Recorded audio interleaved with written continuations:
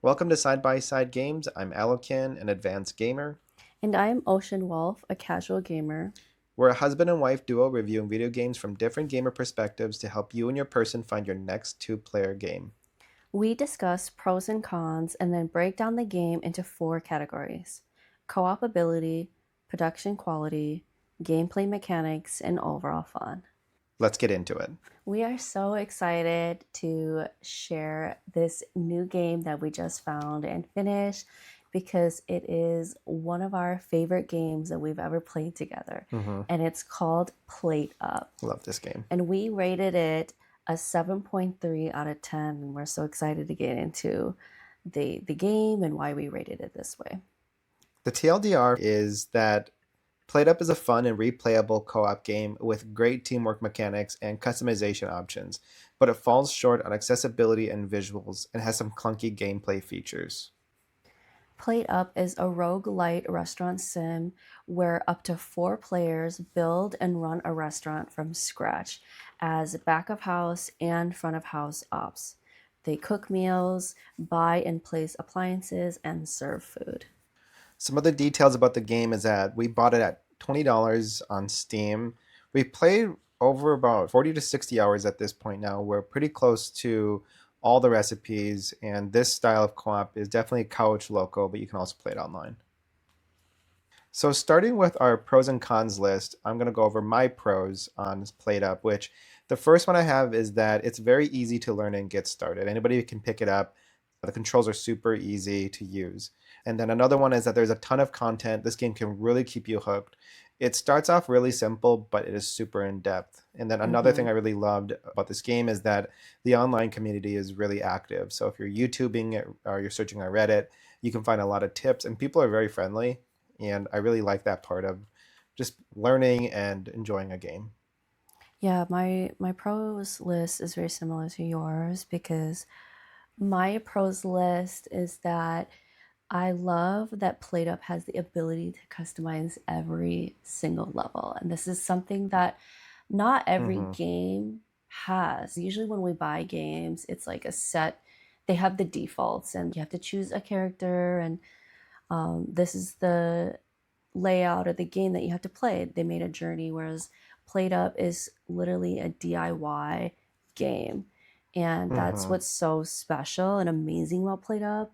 You don't, not only, which is another pro, is having unlimited character outfit combos, um, but not only can you just personalize your character, which obviously is a typical thing in a game. Of course, you want to personalize your character, but to personalize the level that you're playing and get to pick the paths you go on, that is so unique, which makes it fun and enjoyable. And I think that's where your comment of having a lot of content to keep you hooked is, it really is like an endless mix and match experience. Yeah. And then the last pro that I want to mention is that this game requires a lot of strengths in players. So, one person, like for example, Alokin is really well versed in task management and you can focus on a lot of things. Whereas I'm really strong in being able to focus on one thing and do it really well, hmm really fast. And so just those kind of different strengths are really good in Play-Doh because you basically don't want to have a team that are all good at the same thing Yeah. because that's not going to support the dynamic of Play-Doh. The point of the game is to have different strengths and you all come together and really create the kitchen, you really create your restaurant that you want. Yeah. Yeah, I agree with you. I think that having different skills can really help complement each other for this game and make it more fun too, Yes. because then you Yeah, rely on each other. exactly. All right, now next with the cons list, I have three cons. The first one is that there's no accessibility options, so you can't really go in and change anything. So as much as the game is customized from a layout perspective and other features and add-ons, there's no customization in terms of just accessibility. I also don't like that in this one particular, there's no crossplay. I feel like it's such a fun game that I should be able to pick it up and play with somebody on a Switch or a PC or PS4. Whereas this one, you have to be on the same platform. And then sometimes the roguelite game structure was really limiting, especially when you got to the end of the game. I wish that there was an opportunity to really just pick the recipe that you wanted to play with instead of it having to be randomly refreshed.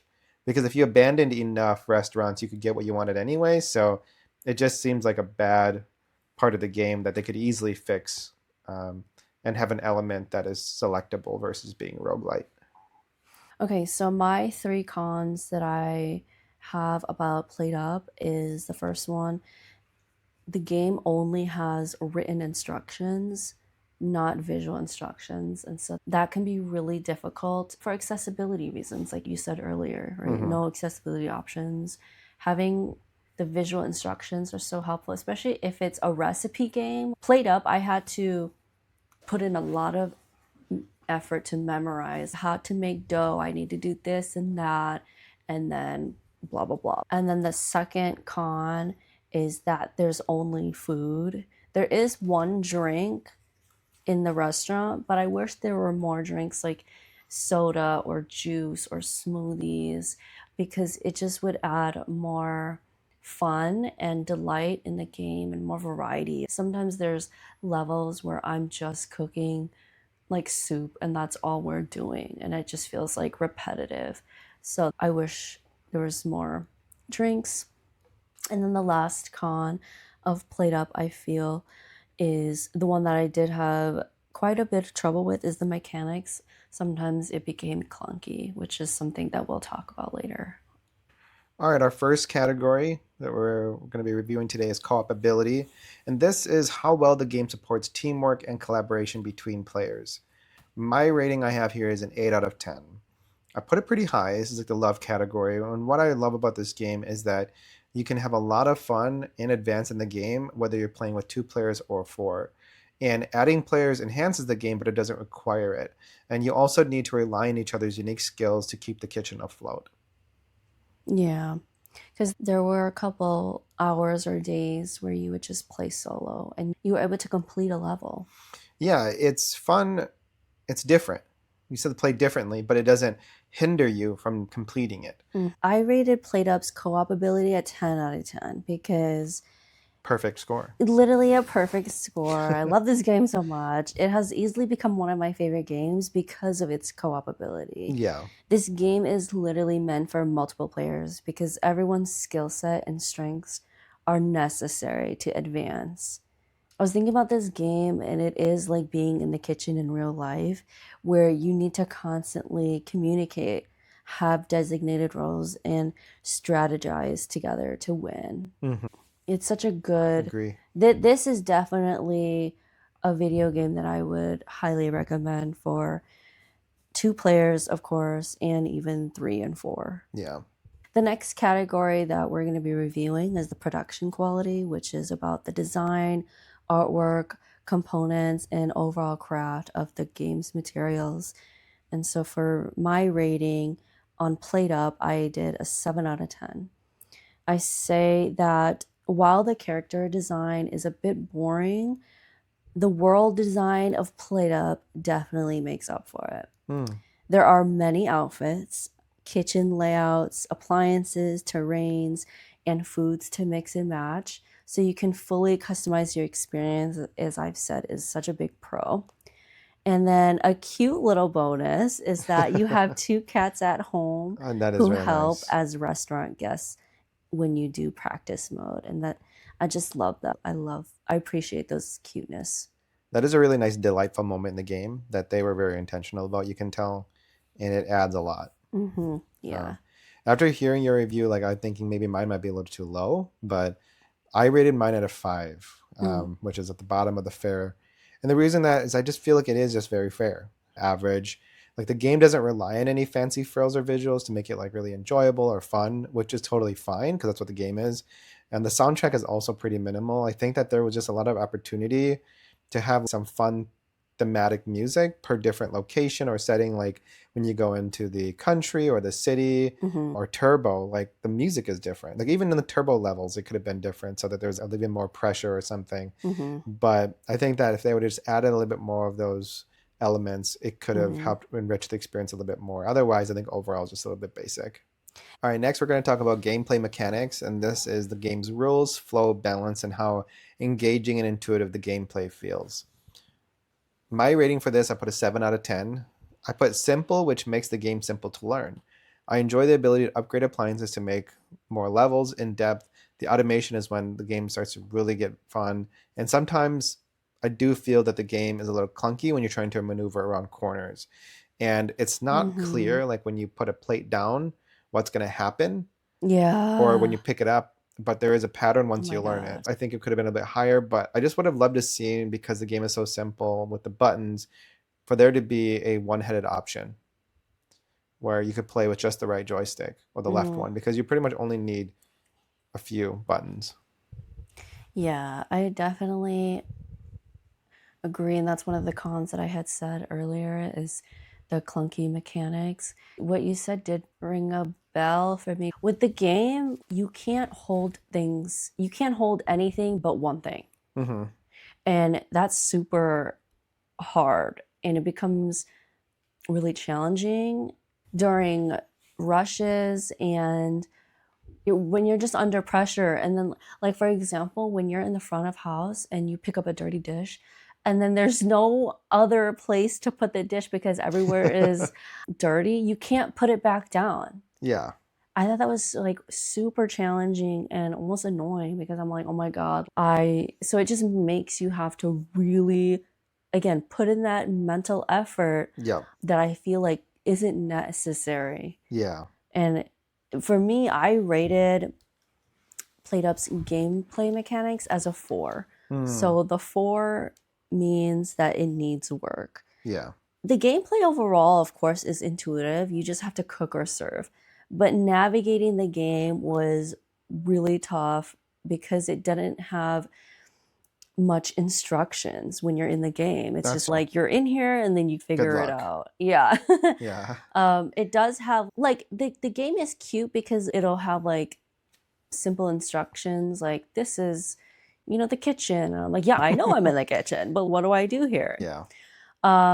But like with the limited instructions that made it tough, the example is that there wasn't any guidance on using or upgrading the appliances. Mm-hmm. And those are literally key things that you need to know in order to keep playing the game. And then a really unique but annoying feature of the game is the required confirmation click from everybody to progress. And it is meant, I know it's meant for team building and like, something like cute and team morale, but honestly, I'm just lazy and like first player, like Alokin, you're always first player, so you control it a lot. And I'm just honestly lazy and not used to clicking all the time. But the thing that doesn't make it accessible is that there's not a color differentiation between player one and player two. Mm-hmm. So I don't know if I clicked it yet or if Alokin clicked it yet. So that may be something that you and your person will come up against is wait, did you click it? And then you click it and then it unclicks it for you. Yeah. So it's a bit of, again, like that extra effort that you have to do with this game, but Yeah. it is fun and you do get used to it. And so you'll have to learn.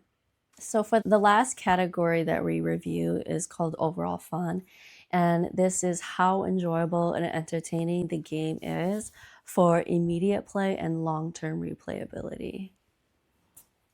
So my rating I put here is a 9 out of 10. I just feel that the fun factor and the replayability is extremely high.